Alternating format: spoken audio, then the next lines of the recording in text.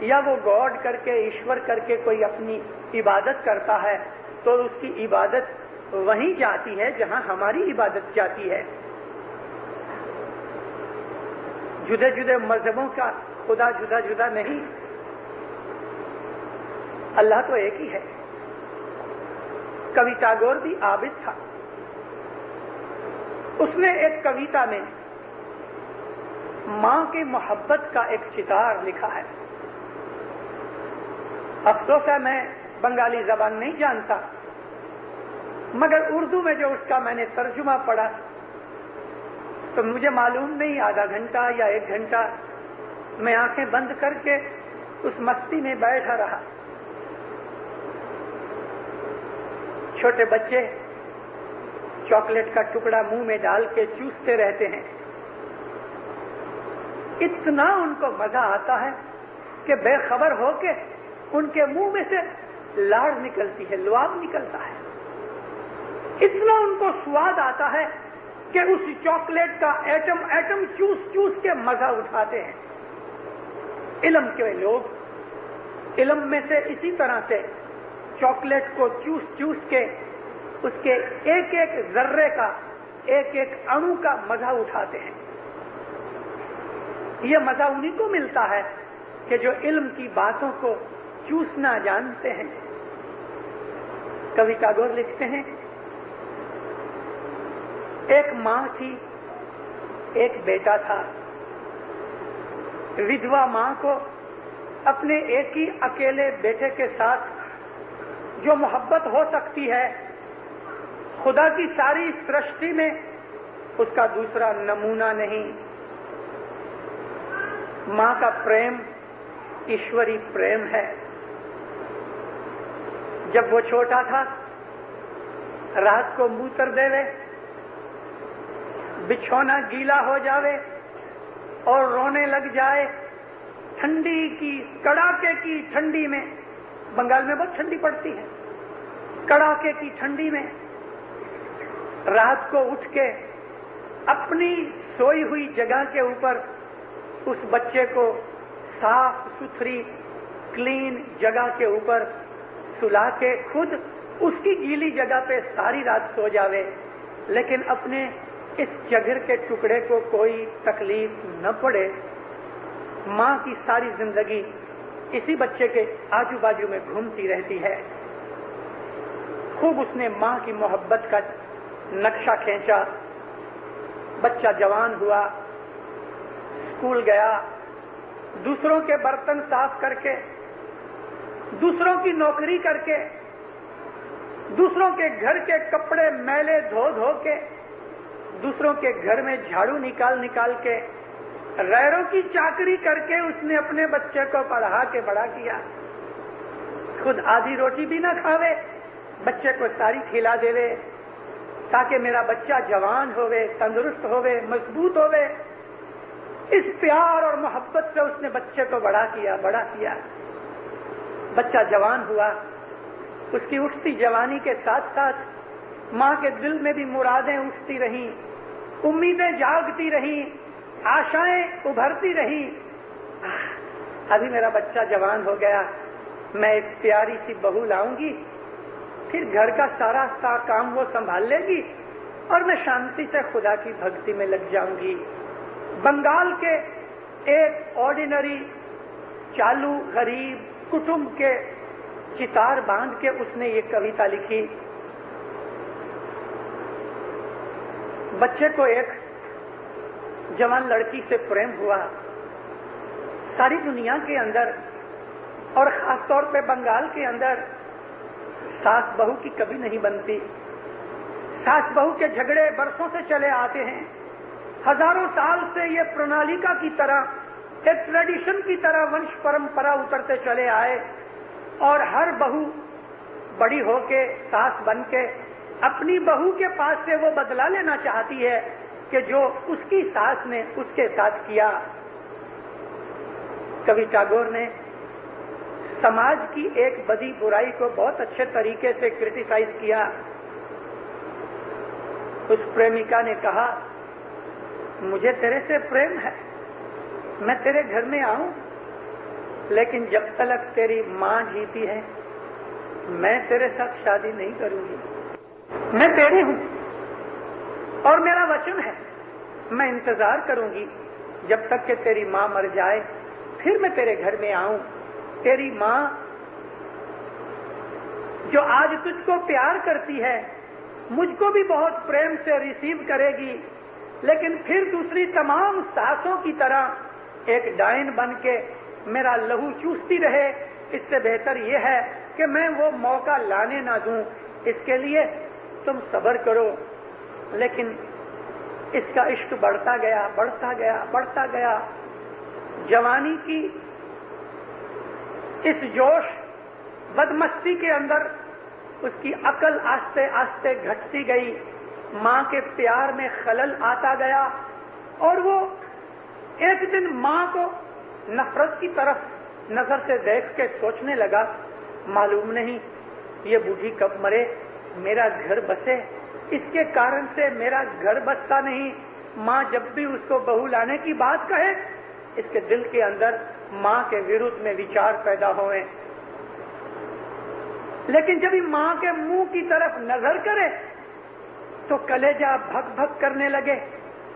ماں کا پریم دل میں ابھر آوے، نظر نیچی کر لے وے. پریمکا کے پاس جاوے تو اس کا پریم زور کرے. ماں کے سامنے آوے، ماں کی ممتا یاد آوے. اسی ہلے گلے میں کنفیوژن میں کئی مہینے نکل گئے اور ایک دن اس کی بدمستی جوانی کا نشہ اتنا زور پکڑا عقل بالکل گم ہو گئی. اس نے فیصلہ کیا کہ میں ماں کو مار ڈالوں. اپنی پریمکا کو کہتا ہے کون سی شرط ہے تیری، میں آج پوری کرنا چاہتا ہوں.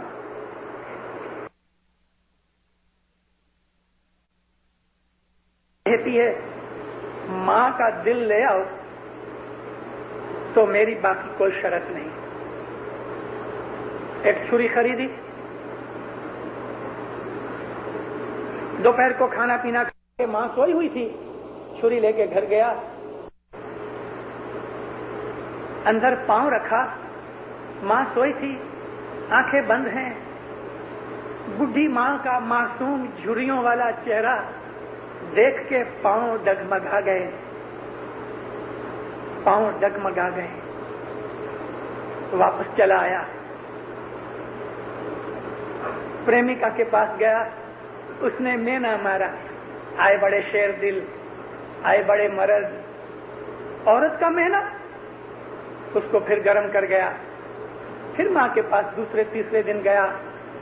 آخر ایک دن ایسا ہوا اس نے آنکھیں بند کر کے سوئی ہوئی ماں کے اوپر جمپ مارا، پیٹ پہ بیٹھ کے چھری مار کے ماں کا سینہ توڑا اور اندر سے دل نکال کے ہاتھ میں لیا. چھری پھینک دی، جلدی سے بھاگا کہ یہ خوشی کی خبر اپنی پریمکا کو بتاوے کہ دیکھ یہ رہا ماں کا دل.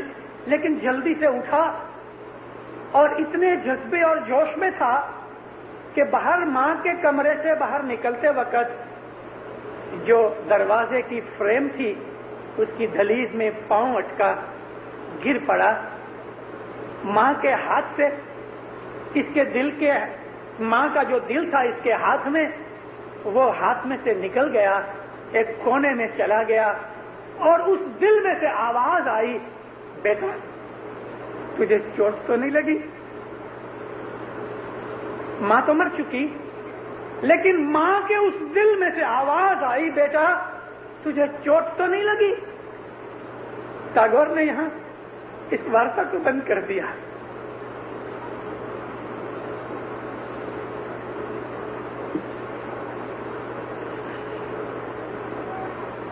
اللہ کا احساس، اللہ کی محبت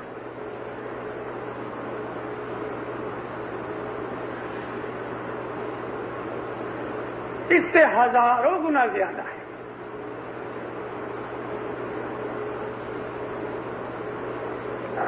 وہ لوگ جنہوں نے خدا کی محبت کا کبھی بھی ایکانت میں بیٹھ کے کبھی خیال نہیں کیا، جنہوں نے اپنی دنیاوی زندگی کو بھی، اپنے جیون کو بھی کبھی ایکانت میں بیٹھ کے سوچا نہیں باپ کون ہے، ماں کون ہے، بچہ کیا ہے، دنیا کا جیون کیا ہے، جنہوں نے ساری زندگی شراب میں، جگار میں، دنیا کی موج مزے میں، گاڑیوں میں، موٹروں میں، بنگلوں میں، ہرنے پھرنے میں گزاری، انہوں نے رات کے ایکانت میں بیٹھ کے کبھی بھی جیون کی یہ سائڈ کہ جو پریم سے بھری ہوئی ہے، ستیہ حقیقت سے بھری ہوئی ہے، جنہوں نے نہیں دیکھی ان کی سمجھ میں یہ چیز کبھی نہیں آ سکتی۔ حضرت مولانا سلطان محمد شاہ صلوات اللہ علیہ فرمایا کہ ساری دنیا کے باپ، ساری دنیا کی مائیں اپنی اولاد کو جتنا پیار کرتی ہیں، کبھی وہ سارا پیار تم اکٹھا کرو، میں تمہارا روحانی مات پتا تم کو اس سے بھی زیادہ پیار کرتا ہوں، اس کے پیار کا کوئی حساب نہیں۔ اے جی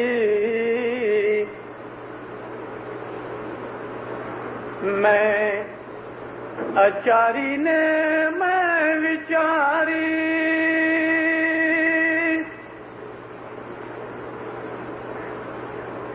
انے عقل دیو سب آپ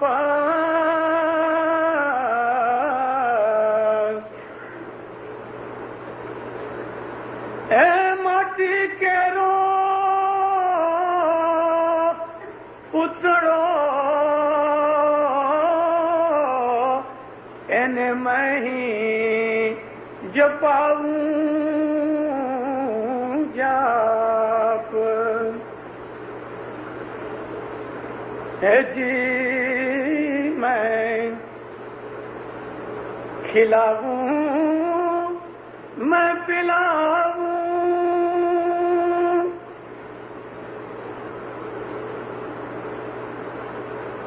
اے میں ہلاؤں نے میں جلاؤں، انے میں ہی کھلاؤں کھانا،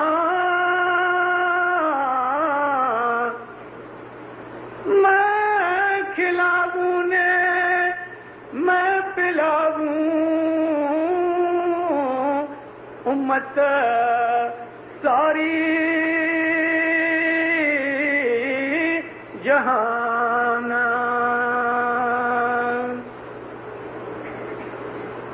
یعنی تم کو ہلانے والا، چلانے والا، تم کو جیتا رکھنے والا میں ہوں، مولا کہتا ہے۔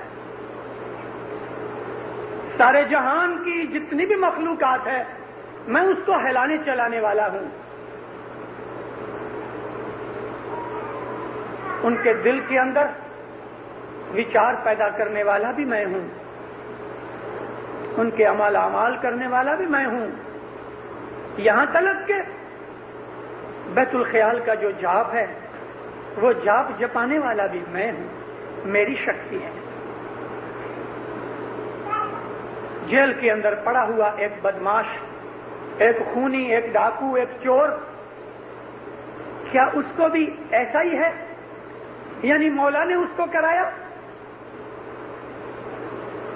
نہیں، یہ حال ان کا ہے، یہ حال ان کا ہے، یعنی میں ہلاؤں، میں چلاؤں، میں کھلاؤں کھانا، میں پلاؤں، میں کھلاؤں امت ساری جہانا، یہ ان کے لیے ہے کہ جو مولا کے اوپر ڈیپینڈ کرتے ہیں، جو اپنا سب کچھ اس کو سونپ دیتے ہیں، جو اپنے ہاتھ میں اپنی چیز نہیں لیتے، مولا کے ہاتھ میں رکھ دیتے ہیں، یہ ان کے لیے ہیں، ان کے لیے۔ ہے جی میں کرتا نے میں ہرتا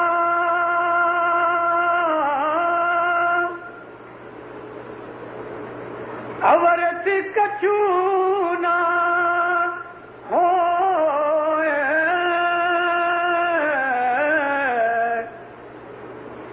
ماٹی کتلا رحمت میں چھوڑوں تو پتھر بولے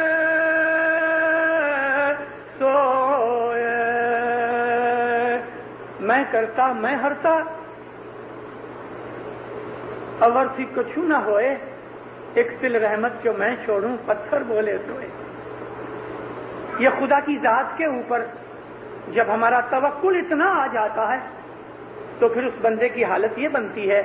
اللہ تعالیٰ قرآن پاک میں فرمایا کہ میں اپنے بندے کا ہاتھ بن جاتا ہوں, وہ میرے ہاتھ سے کام کرتا ہے. میں اپنے بندے کا منہ بن جاتا ہوں, وہ میرے منہ سے بولتا ہے. میں اپنے بندے کا کان بن جاتا ہوں, وہ میرے کان سے سنتا ہے. میں اپنے بندے کی آنکھیں بن جاتا ہوں, وہ میری آنکھوں سے دیکھتا ہے. یعنی بندے اور مالک کے درمیان صرف ایک بدن کا فرق رہتا ہے اور اس کے بدن کے اندر نس نس میں اللہ بسا ہوتا ہے. نس نس میں اللہ تعالیٰ نے ایک جگہ فرمایا ہے کہ اللہ کے رنگ میں رنگے جاؤ, اور اللہ سے بڑھ کر اور کوئی اچھا رنگ نہیں. تمہارا رنگ کون سا ہونا چاہیے؟ اس رنگ کا مطلب مستی ہے. اللہ کی مستی میں ایسے مست ہو جاؤ کہ تم اور وہ ایک ہو جائیں, تمہاری دوئی نکل جائے. مولا فرمایا بیت الخیال کی عبادت میں تم اپنے روح کو باہر نکال کر دیکھو کہ وہ کیا ہے. باہر نکال کے دیکھنے کا مطلب یہ ہے کہ خدا کی ذات کے ساتھ زندگی کے اندر تم ایک بن جاؤ تاکہ تمہیں پتہ لگے کہ خدا کیا ہے. مگر دیندارو, میں نے جیسے آپ کو کہا کہ دنیا کی جو محبت ہے وائف ہسبینڈ میں, باپ بیٹے میں, بھائی بھائی میں, یہ سب محبتیں ایک سائے کی طرح, پرچھائے کی طرح ہیں. یہ چیزیں اصل نہیں, اس میں سوارتھ لگا ہوا ہے. صرف ایک ماں کا پیار ہے بچے کے لیے, باقی سب قسم کے پیار ان میں ایک دوسرے کا سوارتھ ہے. موت ہوئی, وہ پریم بند ہو گیا, وہ چیز ختم ہو گئی. اصل چیز اس مولا کی ہے, اصل, اور وہ اصل ہے کہ جس کے اندر کبھی نقل نہیں ہوتی. امام کا عشق اور محبت جو ہے وہ دنیا کے عشق اور محبت جیسا نہیں, وہ اور ہی چیز ہے, بالکل جدی چیز. ایسی جدی چیز کہ انسان اس چیز کا خیال نہیں کر سکتا. اسلام جب ظاہر ہوا, ایک ایک کر کے مسلمان اسلام میں آنے لگے, کفر چھوڑ کر آنے لگے. انہی لوگوں کے اندر ایک ایسا شخص بھی تھا, حضرت عبداللہ بن سعد. یہ وہ ابن سعد نہیں کہ جو یزید کے ساتھ تھا. اس کو ان کے گھر والوں نے پکڑ کے جب پتہ لگا کہ مسلمان ہو گئے, زمین کے اوپر کول سے بچھائے آگ, اس کے کپڑے نکال کے اس آگ کے اوپر سلا دیا اور اس کی چھاتی کے اوپر 4 آدمی اٹھاویں ایسا بڑا پتھر رکھ دیا. نیچے سے جو کولسے تھے انگارے اس کی پیٹھ کو داغ دے گئے, گوشت کے سڑنے کی باس آنے لگی. اس دکھ سے بے ہوش ہو گیا. مردہ سمجھ کے اس کو چھوڑ دیا, لیکن سخت جان تھا, بچ گیا. آخر عمر میں بہت بوڑھے ہو گئے, 90 برس کی عمر ہوئی. معاویہ کا زمانہ تھا. اپنے پوترے اور پوتروں کے بچے, کٹمب کے جو چھوٹے چھوٹے پوترے دوہترے ایسے بچے تھے, ان کو اپنے سامنے بٹھا کے حضرت عبداللہ اسلام کی پرانی باتیں سنایا کرتے تھے. اور پھر سناتے سناتے جب اسلام کے لیے کی ہوئی قربانیوں کا ذکر کریں اور کہتے تھے کہ اس طرح مجھ کو پکڑ کے آگ پہ لٹایا گیا، تو بچے کہتے تھے دادا جان ہم کو دکھاؤ تو اپنا کرتا اونچا کر کے بچوں کو دکھاوے، وہ چھوٹی چھوٹی انگلیاں رکھ کے کہیں دادا جان دیکھو یہاں یہ جلا ہوا ہے، دیکھو یہاں یہ جلا ہوا ہے، یہاں جلا ہوا ہے، تو وہ روے۔ بچے پوچھے دادا جان آپ کیوں روتے ہیں؟ کہتا بیٹا اس لیے روتا ہوں کہ ایسی جدی چیز کہ انسان اس چیز کا خیال نہیں کر سکتا۔ اسلام جب ظاہر ہوا ایک ایک کر کے مسلمان اسلام میں آنے لگے، کفر چھوڑ کر آنے لگے۔ انہی لوگوں کے اندر ایک ایسا شخص بھی تھا حضرت عبداللہ بن سعد۔ یہ وہ ابن سعد نہیں کہ جو یزید کے ساتھ تھا، اس کو ان کے گھر والوں نے پکڑ کے جب پتہ لگا کہ مسلمان ہو گئے، زمین کے اوپر کول سے بچھائے آگ، اس کے کپڑے نکال کے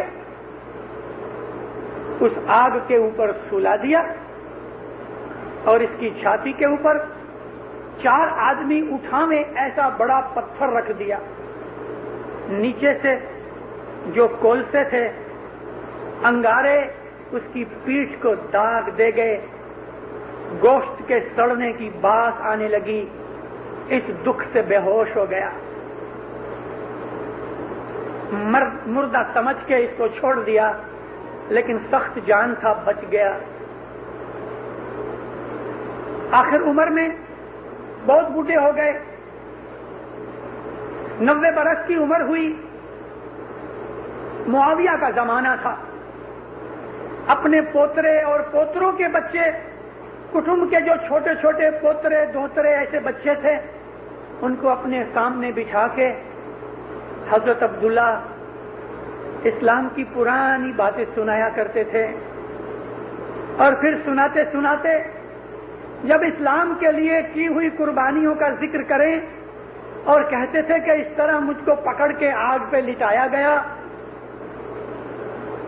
تو بچے کہتے تھے دادا جان ہم کو دکھاؤ تو اپنا کرتا اونچا کر کے بچوں کو دکھاوے، وہ چھوٹی چھوٹی انگلیاں رکھ کے کہیں دادا جان دیکھو یہاں یہ جلا ہوا ہے، دیکھو یہاں یہ جلا ہوا ہے، یہاں جلا ہوا ہے، تو وہ روے۔ بچے پوچھے دادا جان آپ کیوں روتے ہیں؟ کہتا بیٹا اس لیے روتا ہوں کہ کاش میں ان داغوں کو دیکھ کے چوم سکتا۔ اللہ کی اور رسول کی محبت کے اندر میں نے جو یہ داغ لگائے ہیں، یہ داغ قیامت کو میری بخشش کریں گے، کاش کہ میں ان کو دیکھتا اور چوم سکتا۔ اتنا فخر تھا اپنی محبت کے اوپر، قربانی کے اوپر۔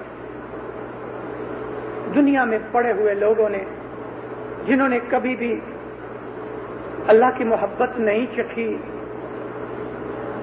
جنہوں نے روحانی سکھ کی کبھی بھی پراپتی نہیں کی، جنہوں نے کبھی بھی اس چیز کی باس سونگھی نہیں، ان کو کیا پتا کہ یہ کیا چیز ہے۔ پریمی جانے پریم رس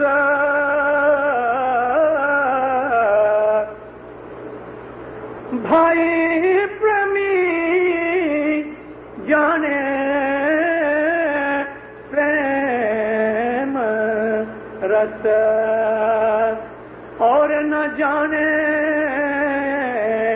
کوئی رے بھائی اور نہ جانے کوئی،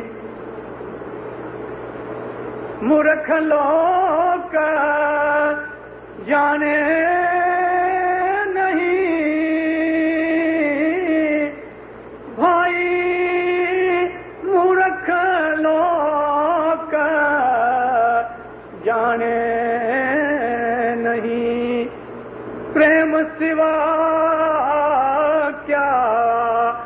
ہوئے رے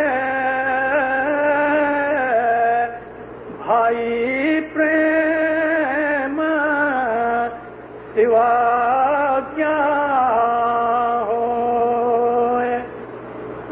پھر کہتے ہیں کہ جو پریمی ہیں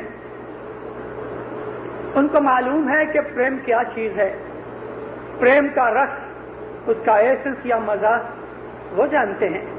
جنہوں نے پریم کیا نہیں، یہ دنیا کی چیز نہیں، یہ مولا کا پریم اور عشق ہے کہ جنہوں نے کبھی بھی عبادت کر کے خدا کی محبت کو اپنے دل میں فیل نہیں کیا، وہ مورخ لوگوں کو معلوم نہیں کہ پریم کے سوا یہ ساری سرشٹی کی رچنا نہ ہوتی.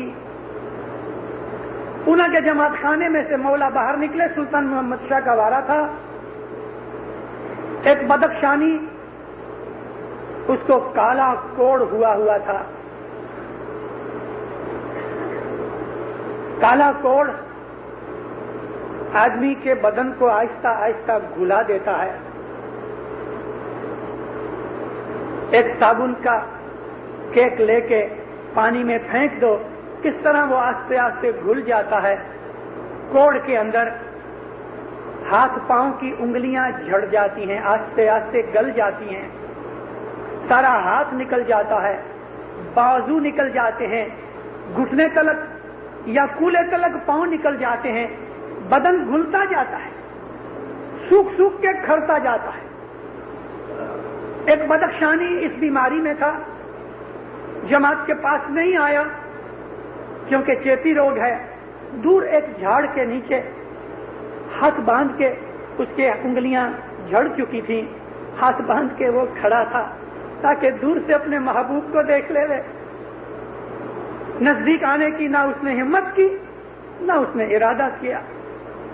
مولا جب باہر نکلے اس کی طرف نظر پہنچی، صاحب چلتے چلتے اس کے نزدیک آئے، جھک کے اس نے مولا کو سلام کیا. خانہ آباد ماں باپ اس کو پوچھتے ہیں فارسی میں، کیسے ہو تم؟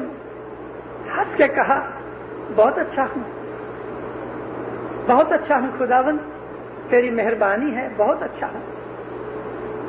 ظاہر بدن کی یہ حالت ہے، اس کے منہ کے اوپر کوئی بھی غم نہیں، اس کے منہ کے اوپر کوئی بھی اداسی نہیں. بہت اچھا ہے خداوند، بہت اچھا. کچھ کہنا ہے؟ کچھ نہیں، تیری رحمت کے سوا کچھ نہیں چاہیے،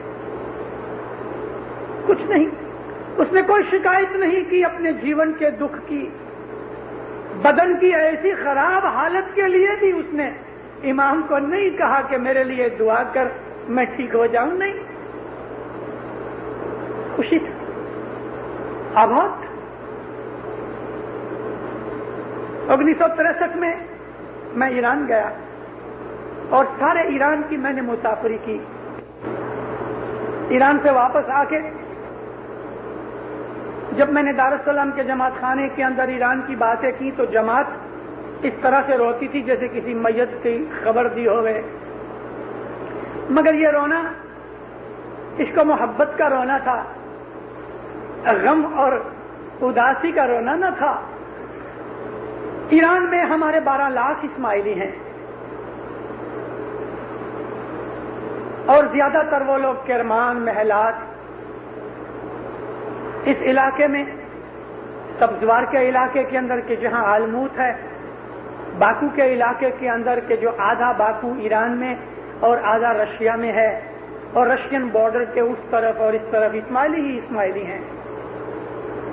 گام کے گام اسماعیلی ہیں، ایک بھی نان اسماعیلی ان گاموں میں نہیں. 6 مہینے برف پڑتی ہے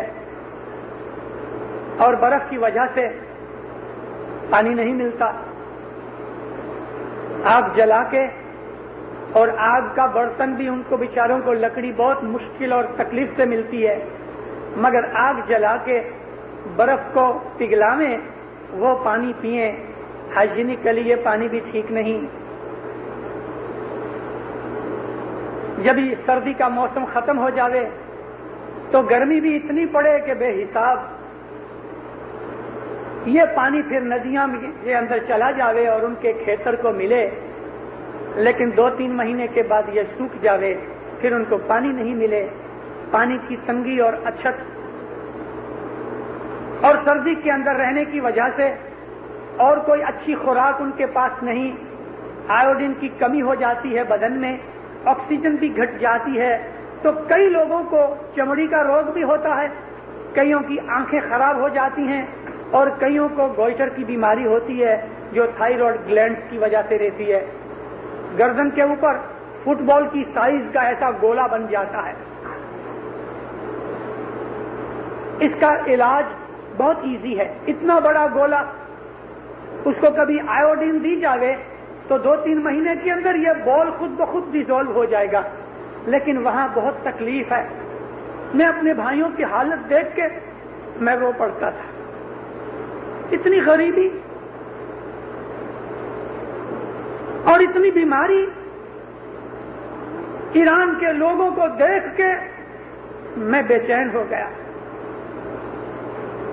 میں جہاں جہاں جاؤں ان کے واسطے ہمدردی کے شبد بولوں، دعائیں کروں اور پھر پوچھوں کہ حاضر امام کو جو رپورٹ بھیجوں گا اس میں تمہیں کچھ بولنا ہے؟ سارے ایران میں ایک بھی آدمی نے مجھے نہیں کہا کہ میری حاضر امام تلک یہ عرض لے جانا، بالکل نہیں۔ آنکھیں چلی گئی ہیں، شریر میں بدن میں بیماریاں ہیں، غریبی بے حساب ہے، 6 مہینے تک پانی نہیں ملتا، ایسی خراب حالت میں بھی رہنے پر بھی وہ شام کو جماعت خانے میں آویں، بال بچے سب آئیں، دعا پڑھیں۔ جماعت خانوں کے اندر نیچے صرف مٹی، کوئی چٹائی نہیں، کوئی چادر نہیں، کچھ نہیں۔ بعض جماعت خانوں میں گیا تو انہوں نے میرے لیے کارپیٹ رکھا، مگر میں نے وہ اٹھوا دیا۔ مکھی کامڑیا خود بھی دھوڑ میں بیٹھے۔ ابھی بہت سی جگہوں کے اوپر امام کی طرف سے نوے جماعت خانے بنے، چٹائیاں آئی ہیں، بتیاں آئی ہیں۔ جماعت خانوں میں بتی نہیں، ان کی غریبی کی وجہ سے ان کے پاس اتنے پیسے نہیں کہ بتیاں خرید سکتے۔ شام سورج ڈوبنے سے پہلے جماعت خانے میں آویں، دعا پڑھیں، پھر کھڑے ہو کے ساری جماعت 500 دانے کی تسبیح نکالے، 500 دانے کی یا علی کی تسبیح نکالے، پیر شاہ کا جاپ کریں۔ پھر جب جماعت بیٹھ جاوے، مکھی ایک پاٹھ پڑھے، کمڑیا دوسرا پاٹھ پڑھے، بازو میں بیٹھے والا تیسرا پاٹھ پڑھے، ساری جماعت بچے بھی چھوٹے چھوٹے گنان کا ایک پاٹھ پڑھے، فارسی زبان کے گنان، ناصر خسرو کے لکھے ہوئے، شمس تبریز کے کلیات میں سے اٹھائے ہوئے وہ مناجات کو گنان کے طور پہ پڑھتے ہیں۔ ساری جماعت پڑھے، بھلے ایک پاٹھ 10 دفعہ ریپیٹ ہو گئے، اس کی کوئی بات نہیں، لیکن جماعت میں حاضر مجلس سب پاٹھ پڑھے کہ اس کے بعد دوسری دعا پڑھیں۔ جوان لڑکے لڑکیاں اپنے بال بچوں کو لے کے گھر چلے جاویں، بڑی عمر کے لوگ، عورت مرد جماعت خانے میں صبح تک بیٹھے رہیں، ساری رات بیٹھ کے بندگی کرے، کوئی بھی سوے نہیں، ساری رات بیٹھ کے عبادت کریں۔ ان کے پاس بیت الخیال کا بول نہیں، ان کو بیت الخیال کے کام کی بخشش امام کی طرف سے نہیں ملی ہوئی۔ لیکن میں بہت سی جگہوں کے اوپر گھوما، 1.5 مہینہ میں نے سفر کیا، میں ان کے منہ میں انگلیاں ڈال کے پوچھتا رہا کہ تمہارے کوئی دکھ ہوئے تو میں صاحب کو لکھوں۔ مجھے ایک بھی ایرانی نے نہیں کہا کہ یہ بات ماں باپ کو لکھو کہ ہم بہت غریب ہیں، بہت دکھی ہیں، بیمار ہیں، یہ ہے وہ ہے، کچھ نہیں، کوئی نہیں۔ ان کے دل کا آنند دیکھ کے، ان کی محبت دیکھ کے، ان کے دل کا ایمان کا جذبہ دیکھ کے مجھے خود اپنے آپ کے اوپر شرم آتی تھی کہ میں ان کے سامنے ایک مٹھی خاک جتنا بھی نہیں، یہ ان کا درجہ ہے۔ اس بدخشانی کو امام نے بہت دعا عزیز فرمائی، مگر اس نے نہیں کہا کہ میں دکھی ہوں۔ ہم کو تھوڑا سا دنیا کا دکھ پڑتا ہے، ہم پکار کرتے ہیں، ہمارے اندر صبر، ہمارے اندر سہنشیلتا اتنی مٹ چکی ہے کہ تھوڑا سا چھوٹا سا دکھ بھی ہم کو بہت لگتا ہے. ہم کبھی مولا کو عریضے لکھتے ہیں, ہم کبھی ستاڑے دلواتے ہیں, ہم کبھی یہ کرتے ہیں. ہمارے اندر وہ طاقت نہیں رہی کہ دنیا کے دکھوں کو خوشی کے ساتھ برداشت کر سکیں. امام کی طرف سے ملے ہوئے جو دکھ ہیں ان دکھوں کو اٹھا لینا بھی اور اس کی کوئی شکایت نہ کرنا عبادت میں شامل ہے. مومنوں, اس محبت کے لیے اپنے دل کو جگاؤ اور امام سے مانگو کہ یا مولا تو ہی تو ہے اور مجھ کو طاقت دے کہ تو جس بات میں راضی ہوئے میں بھی اس میں راضی ہو جاؤں. انشاءاللہ مولا آپ کی نیک امید پوری کرے, ایمان کی سلامتی دے, حقیقتی سمجھ دے, بدیوں برائیوں نافرمانی سے بچاوے. مولا باپا آفتیں بلائیں دور کرے, دشمن آپ سے دفع کرے, ہمیشہ نیکی اور عبادت کی توفیق دے, 10 سکریت میں نیک اعمال میں پورا کرے, زہر باطن دیدار نصیب کرے.